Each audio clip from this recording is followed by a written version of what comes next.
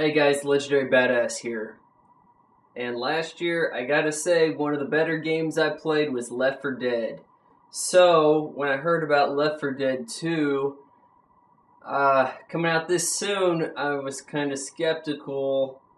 But I figured you guys wanted me to make a video about it. Thus, I pre-ordered the game. And I have this card, which gives me access to the demo, which I'm going to be talking about today. First things first, I have to enter this long-ass unique Xbox Live key. Wonderful.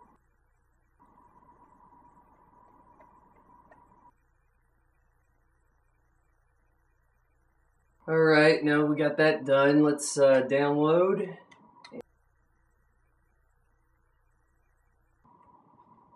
Now let's just wait a little bit.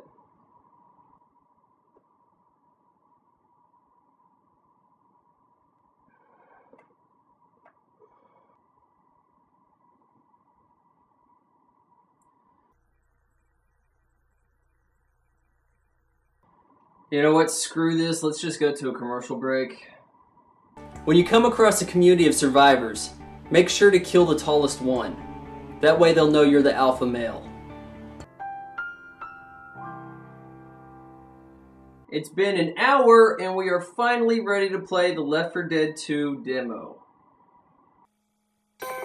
Alright, fast forward, blah blah blah.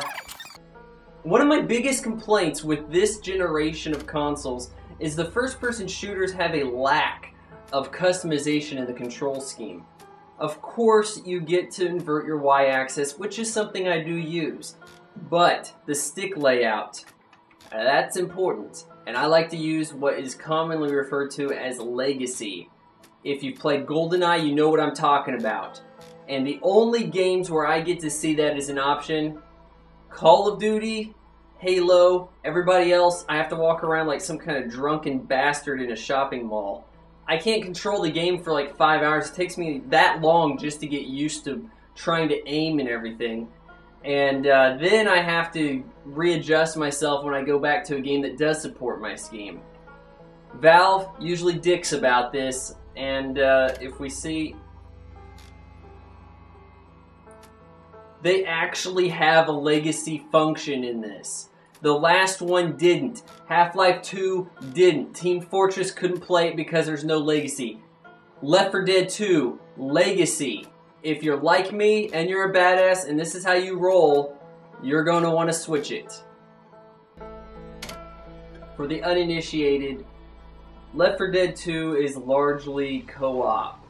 There is some single player you don't want to play. There is some versus mode, which was not very compelling in the previous game. And in this demo, we're given access to one campaign, 2 levels in that campaign. So, I'm going to be playing online with my pal Morbius17. Let's just kind of feel it out, see how things go.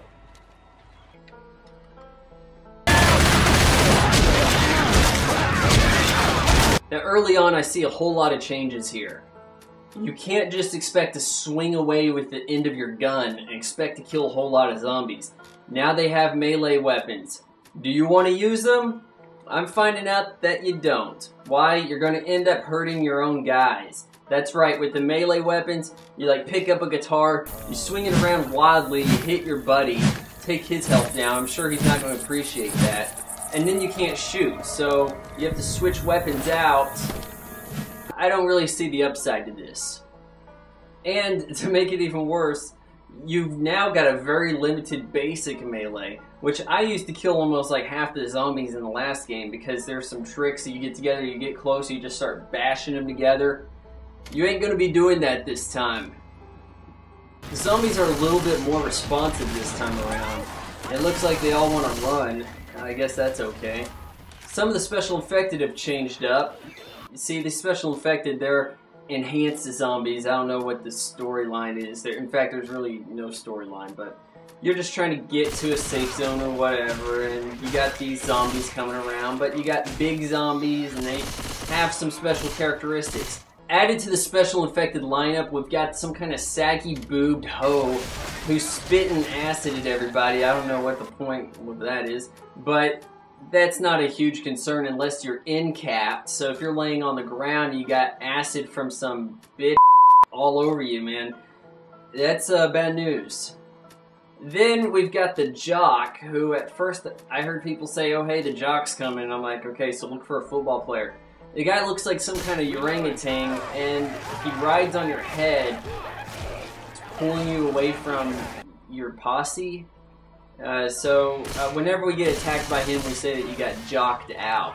The one I hate the most is the Charger. It's like a mini tank.